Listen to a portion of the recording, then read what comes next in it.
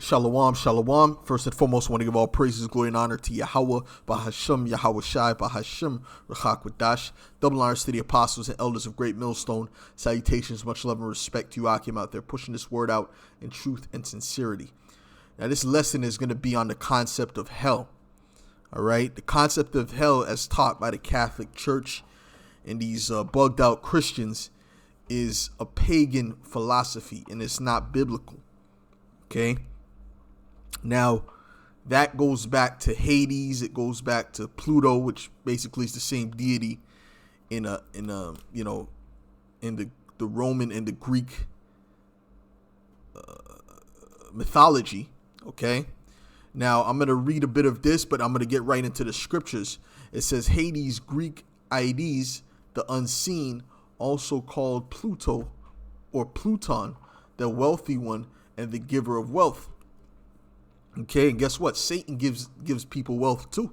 All right, when you worship Satan, you're able to get wealth. Did not Satan offer Yahweh Shai the whole world and all the kingdoms? Yeah. And the reason why these celebrities, they got the position they're in, and these people in high levels in the society, is because they literally worship Satan. They've given their soul over to the spiritual demon Satan. All right.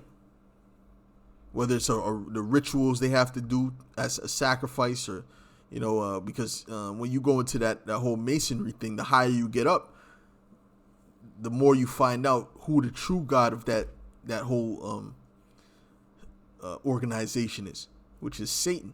All right. It says in ancient Greek religion, the most high of the underworld. Right. So they gave you an idea that the devil's down there. When you commit sin, you go down to hell, and he's poking you with a trident.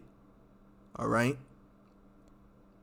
Hades was the son of Titans, Kronos and Rhea, and brother of the deities Zeus, Poseidon, Demeter, Hera, and Hestia. All right. So we'll come back to that. But another point is that the word Haiti, right? You guys calling yourself Haitian, right? The word Haiti goes back to hell, okay, or Hades. You see, and you wonder why that place is a hellhole. You got Levites that don't want to go back to Haiti. Okay, I spoke to a Levite the other day. He said, "No, I won't go back to Haiti. I won't go back to Haiti." Why? Because there's all type of kidnappings, all kind of hell going on out there. All right. This is Acts 2 and 21. It says, "And it shall come to pass that whosoever shall call on the name of the Lord shall be saved." And the Christian will lose his mind. "Ye men of Israel." See, so he's speaking to the Israelites. "Hear these words. Yahweh Shai of Nazareth, a man approved of the Most High among you by miracles and wonders and signs, which the Most High did by him in the midst of you, as ye yourselves also know. Him being delivered, Slakia. Okay. Him being delivered by the determinate counsel and foreknowledge of the Most High, ye have taken and by wicked hands have crucified and slain, whom the Most High have raised, having loosed the pains of death, because it was not possible that he should be holden of it. For David speaketh concerning him, I foresaw the Lord also always before my face, for he is on my right hand, that I should not be moved. Therefore did my heart rejoice, and my tongue was glad. Moreover, also my flesh shall rest in hope, because thou wilt not leave my soul in hell." This is him. This is David speaking concerning Yahweh Shai. "Because thou wilt not," who's thou? Thou is speaking about the Heavenly Father, Yahweh. "Because thou, Yahweh, wilt not leave my soul in hell, neither wilt thou suffer thine Holy One to see corruption," meaning what? To be decayed, to decay in the earth. All right. That's why when we get into the kingdom, our bodies are going to be incorruptible, meaning it can't decay. It's not going to get sickly. It's not going to break down. All right. But he was in the earth, and he said, "What? Thou wilt not leave my soul in hell." Wait a minute. So was the Lord in the actual Hades, right? With the devil being poked and burned and tormented for 3 days? No, this hell is not speaking about that. See, you see the word is actually in the Greek Hades. You can see it right there. It's not speaking about that. It's speaking about the grave. When it speaks about hell, it speaks about two things. It's either the grave or a condition. Like, and the guy said, I'm going through hell. Like, he might lose his car. He might, break his arm, and, his woman might leave him. And he say, yeah, I'm going through hell. All right. This is hell on earth. Okay. So there's two meanings for hell, and none of those meanings have to do with burning forever in a lake underground, a fiery lake underground. You see, that's the misunderstanding of the church. Okay, it says name Hades, right? It says hell, and look, it says grave. You see, so one of the scriptures that's used is, instead of saying hell, it says the more I would say accurate description of grave, which it really means the same thing. It says names Hades or Pluto, right? The god of the lower regions, which that has nothing to do with the Bible. Orcus, the netherworld, the realm of the dead. This is not what it's speaking about. All it's speaking about is the grave. The Lord was in the grave for 3 days, right? Later use of this word, the grave, death, and hell. And I'm gonna cut that real quick. This is gonna be a major cut through the spirit and power of Yahweh Bashem Yahushai, and I'm gonna prove that there's no way that he could have went to the spiritual realm of hell, because the Lord said himself. Give me a second. Let's get Luke 23 and verse 43. Matter of fact, I'll start up at verse 41. It says, and we indeed justly, matter of fact, let's go. This is when with the malefactor was speaking to him, okay, right? Because there was one malefactor that was talking, a scoffer, in other words. It's probably one of these people, these scoffers on the comment board. They were probably that malefactor that's getting ready to receive his judgment. All right, this is Luke 23 and 39. It says, and one of the malefactors which were hanged railed on him, saying, if thou be Hamashiach, save thyself and us. But the other answering rebuked him, saying, dost not thou fear the Most High, seeing thou art in the same condemnation? And we indeed justly, for we receive the due reward of our deeds. But this man hath done nothing amiss. So that dude had a righteous spirit. I would say he had a righteous spirit, although he was being wicked. All right, that showed that he had integrity, man. And I believe that man is of the elect. Okay, for him to say that. And he said unto Yahushai, Lord, remember me when thou comest into thy kingdom. Right? So that right there. Right? That right there proves that he's of the elect. And Yahushua said unto him, verily I say unto thee, today, okay, meaning the day that he was going to pass away, today shalt thou be with me in paradise. So is hell underworld when you burn forever? Is that known as paradise? Right? No, that's not paradise. That's hell. What it means was his spirit was going to go up to the Father. Which that's what happened. His spirit went up to the Father, but his body was in hell. Okay? All right?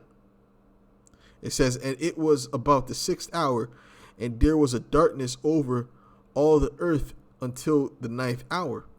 And the sun was darkened, and the veil of the temple was rent in the midst.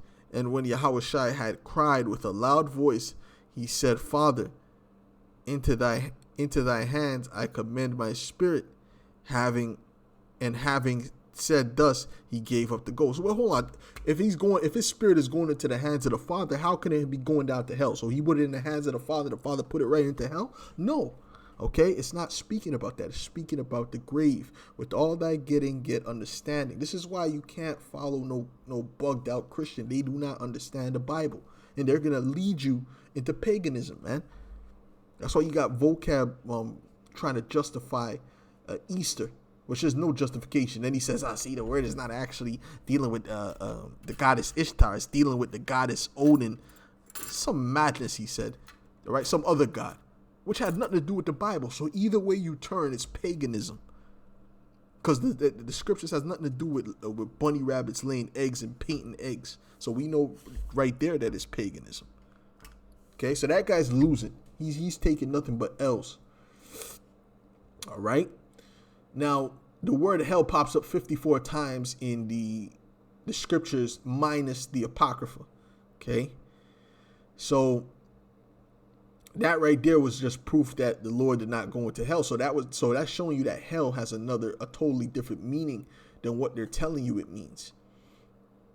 Now let's get excuse me.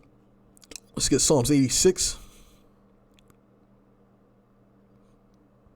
and verse 12. It says, I will praise thee, O Lord, my power, with all my heart, and I will glorify thy name forevermore. For great is thy mercy toward me, and thou hast delivered my soul from the lowest hell. All right, which he was not in hell and then the Lord took him out of hell. No, he is speaking about his condition on the earth. Okay, David was going through a lot. King David was going through a whole lot. All right, he had his enemies. He constantly at war. He had his house that was coming up against him. Son that was slept with his wife, his concubine, trying to kill him. So David was going through a whole lot. Okay, O power, the proud are risen against me, and the assemblies of violent men have sought after my soul, and have not set thee before them.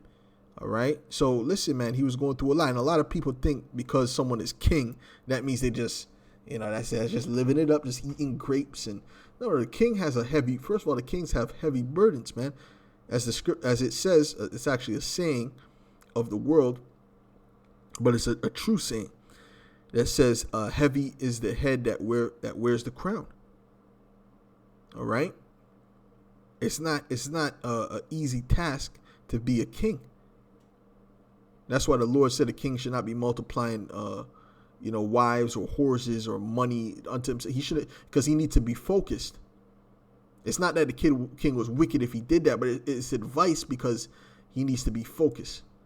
Okay, and you got these women trying to be in the role of the man. Well, the heavy is the head that wears the crown, and then they get bugged out. Oh, I'm tired. Yeah, you're tired because you're trying to step outside of your place. All right. Instead of just falling under subjection, and it's an easier walk,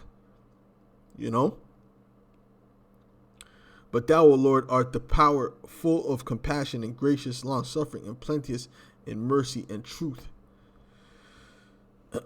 All right. Now, let's get this, and I'm gonna jump to Revelations, which is another major cut. Okay, this is Ezekiel 31 and 17. It says, they also went down. Let's start at verse 16. It says, I made the nations to shake at the sound of his fall when I cast him down to hell with them that descend. Let me go up, bro. Let me go up. Salakia. Let's go up to.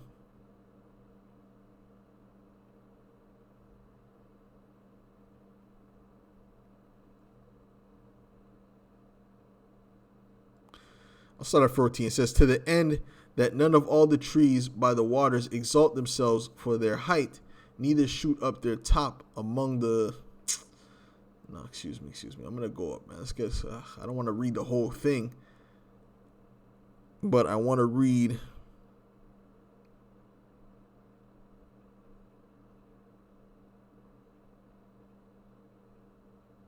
So this is dealing with Adam. Okay, this is dealing with Adam. So you know what? I'll start at verse 9. It says, I have made him fair by the multitude of his branches, so that all the trees of Eden that were in the garden of the Most High envied him. Was it speaking about the actual cedars and the maple trees and things like that? No, it was speaking about the people, the other nations at that time. Okay? Because the sons of God were always on the earth, and the spirits of the other nations were always on the earth. Even the spirit of the Edomites were on the earth, starting with what? The serpent. Okay? And his line continued through Cain. And that was all spiritual. The serpent didn't sleep with Eve. That was all spiritual. All right? right? And it says that that they were in the garden of the Most High. The trees of Eden that were in the garden of the Most High envied him, which the nations were known for envying the Israelites. Even now, in our low state, the nations envy us. That's why he says, "This the perfection of beauty." Because when we fell, they clapped their hands. They were happy, because they were jealous, right? Like when we were trying to build the wall of Jerusalem, they were trying to stop the building because they couldn't be part of it. Okay, first they asked to be part of it. When they saw they couldn't be part of it, they tried to destroy the building, just like Vocab is trying to do, because he really wants to be an Israelite. Okay, he really wants to transform into an Israelite, but he can't. All right, it says, "Therefore, thus saith the Lord power, because thou hast lifted up thyself in height, and he hath shot up his top among the thick boughs, and his heart is lifted up in his height. I have therefore delivered him into the hand of the mighty one of the heathen. He shall surely deal with him. I have driven him out for his wickedness." You see that? And strangers, the terrible of the nations, have cut him off and have left him. Upon the mountains and in the valleys his branches are fallen, and his boughs are broken by all the rivers of the land, and all the people of the earth are gone down from his shadow, and have left him. Upon his ruin shall all the fowls of the heaven remain, and all the beasts of the field shall be upon his branches. Since the fall of the sons of God, right, the Nephilim, right, which is us, since we fell, we've been catching nothing but hell under these other nations. All right, we've been being oppressed, being beaten down, trodden down. There was only a time of 40 years of peace. All the history of the earth, the only time Israel had a period of time of peace was that 40 years. You had a short period of time for with Joseph when we were first a nation, but that didn't last very long, because what happened right after that? We went right into slavery under the Egyptians for about 400 years. You see? It says, "To the end that none of all the trees by the waters exalt themselves for their height, neither shoot up their top among the thick boughs, neither their trees stand up in their height, all that drink water, for they are all delivered unto death, to the nether parts of the earth, in the midst of the children of men, with them that go down to the pit. Thus saith the Lord power, in the day when he shall," but you can replace this word pit for hell, by the way. They could have put hell, all right, with them that go down into hell, which the scriptures speak about Esau digging into hell. All right. Did Esau discover hell? Did the elites dig and they discovered, oh shoot, that's hell, and they went down there personally to make a deal with Satan? No, that is speaking about the grave, all right, or in the earth.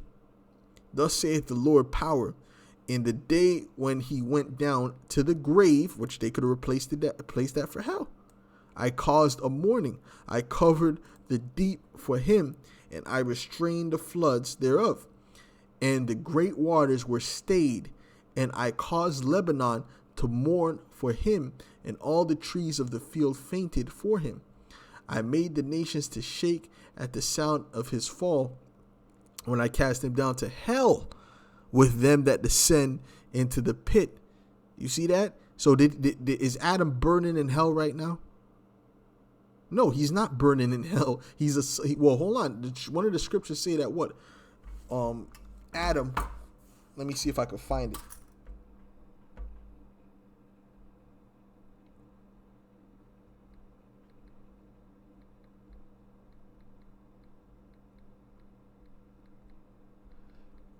Hold on, bear with me. I'm going to see if I can find that. Right. Luke 3. Let's get that. Let's get Luke 3.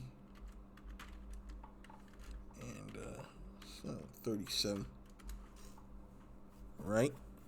This is Luke 3 and verse 37. It says, matter of fact, I'll start at, I don't have to read all that. I'll read from here.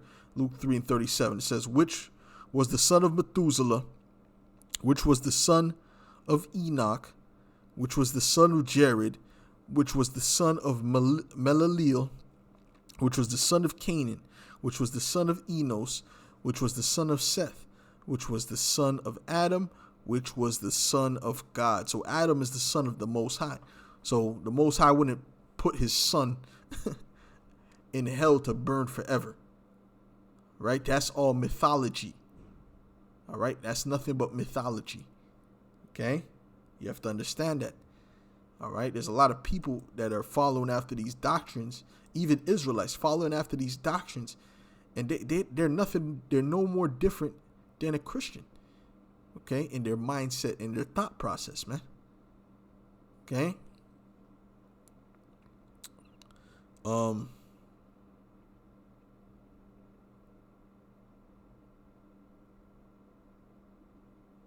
Right. And it says they also went down into hell with him unto them that be slain with the sword. So anyone who's slain by the sword is in hell. And they that were with his arm that dwelt under his shadow in the midst of the heathen. You have to get on. This is why you need teachers, man. Because if you read the scriptures by yourself, man, you will be lost. I needed teachers, and my teachers before me needed teachers, man. All right. Okay. So if you coming in, I don't need no teacher. I'm gonna take a bit from this person, this bit from that group, you're gonna end up confused, and you're not gonna have the oil. When Yahweh Shai comes, you're gonna be one of those foolish virgins without the oil, and you're just gonna be destroyed. Okay. This is So I made the point on that, right? This is speaking about the grave, and Adam is not burning in hell. All right. Neither is everyone slain by the sword is not burning in hell. All right. This is Revelations 20 in verse 4. This is how you cut a Christian. A Christian comes up talking about that hell nonsense. Well, then read this. And they won't deal with this because they don't deal with prophecy, period. This is Revelations 20 and 12. It says, and I saw the dead, small and great, stand before the Most High. And the books were opened, and another book was opened, which is the book of life, right? And those are be the ones that are going to be delivered pursuant to Daniel's, the 12th chapter. And the dead were judged out of those things which were written in the books according to their works. And the sea gave up the dead which were in it. And death and hell delivered up the dead which were in. See, this is where they get that whole concept. You go up into heaven, and then you either go down into hell, like they pull a lever and you fall down into hell, all right, or you get to go through the pearly gates. They mythologic. How do you say that? Mythologicize the scriptures. I just made that word up, man. All right, they mix paganism with the scriptures, and that's what Constantine did in the Council of Nicaea. He mixed paganism with the scriptures. That's where you get Christmas and the Easter with the bunny rabbits and all that stuff. They mix that in. All right, that has nothing to do with the scriptures. Okay, let me read that again. And I saw the dead, small and great, stand before the Most High, and the books were opened, and another book was opened, which is the book of life, right? Which the elect is written in the book of life, and the dead were judged out of those things which were written in the books according to their works. So in other words, when you go up to heaven, when you go up to the spiritual realm, you get judged and you be put back into the chains of darkness, which is this body. So it's either you're going to get a good judgment or you're going to get a bad judgment. All right. That's why you got people come on the earth, and they might have one eye. They might be mentally disabled. They might grow up, and then be crushed by a 12-wheeler, whatever the case may be, man. All right. The Lord sets up judgments in the heavens when you die. He's looking at your works on the earth, and he's setting up judgments. Okay. Now, what we're coming into now is the final judgment of the Israelites. Hold on. Because trust me, we've been thoroughly punished, man. Oh, let me get that.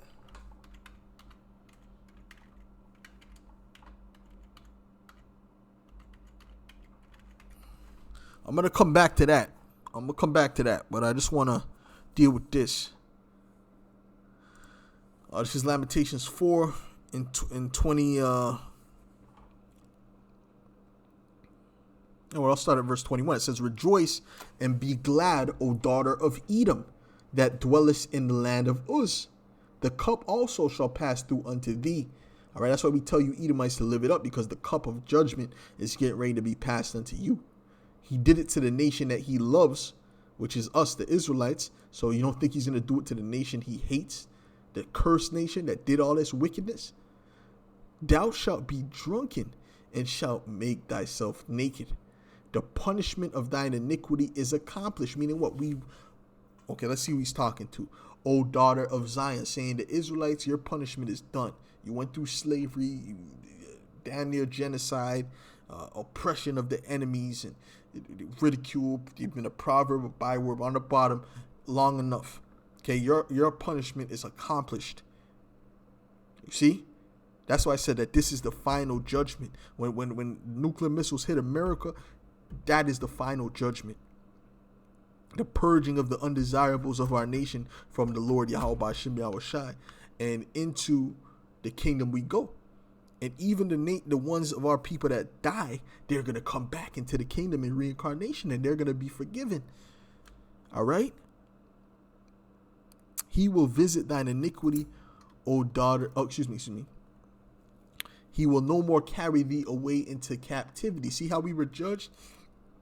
Was the Lord removed that hedge from us, and we've been taken into captivity after captivity after captivity, and it's been getting worse and worse and worse. Okay, especially under the hands of these Edomites. So now he's saying, "I will no more carry you, the Israelites, into captivity. He will visit thine iniquity, O daughter of Edom. He will discover thy sins." You see that? So coming back to this, yeah, when people die, they go up, they get judged. But guess what? The Israelites, after this judgment, the ones that pay and that die on this side, they're going to go to the Heavenly Father. They're going to come back in the kingdom regardless. They're going to be forgiven. That's why the scripture says, "And all Israel shall be saved." All right? But this doesn't apply to you heathen and you Edomites. Okay? You see? This is going to be the time where you're going to be judged according to your works. But anyways, it says, and the sea gave up the dead which were in it, and death and hell delivered up the dead which were in them. And they were judged every man according to their works. And hell doesn't mean a place we birth. This is speaking about the grave. Okay? And death and hell were cast into the lake of fire. This is the second death. Hold on. And death and hell was cast into the lake of fire. Isn't the lake of fire hell? As they teach? No. It says death and hell were cast into the lake of fire. What's the lake of fire? The lake of fire is those nuclear missiles, the destruction of the nuclear missiles. What's going to happen to America? America's going to turn into a lake of fire, and it's going to be utterly destroyed. And those that are in it are going to be burnt up. But once that's done, guess what? There shall be no more death, right? And no more hell. For who? All nations? No, for the nation of Israel. This is who this book is for. This is what this book is speaking of. And whosoever was not found written in the book of life was cast into the lake of fire. So the Lord might just raise up, you know what I'm saying? Well, he is going to raise up certain dead, right? He's going to raise up some to come into the chariot, all right? But he's going to raise up some to get judged. You see that? To feel that fire. There's some people that are so wicked, they got to just feel that fire. You know? You see? But it's not speaking about a place where you burn forever. Nobody's going to burn forever. First of all, the spirit can't burn because the spirit is a fire. All right? The spirit itself is pure fire. But anyways, with that, I hope you were edified through the spirit. You know, you can read any article on Hades to see that that's nothing but mythology, and that's where it goes back to. Okay, where people are tormented forever. You know, the wicked after death. You know, though Hades supervised the trial and punishment of the wicked after death, right? So that goes back to what? That goes back to that doctrine of hell, which they used to scare the people to get tithes. That's all it was about. It was all about money. So with that, hopefully you're edified. I'll give all praises, glory, and honor to Yahweh, Ba'Hashem, Yahweh Shai, Ba'Hashem, Rachak Wadash. Shalom.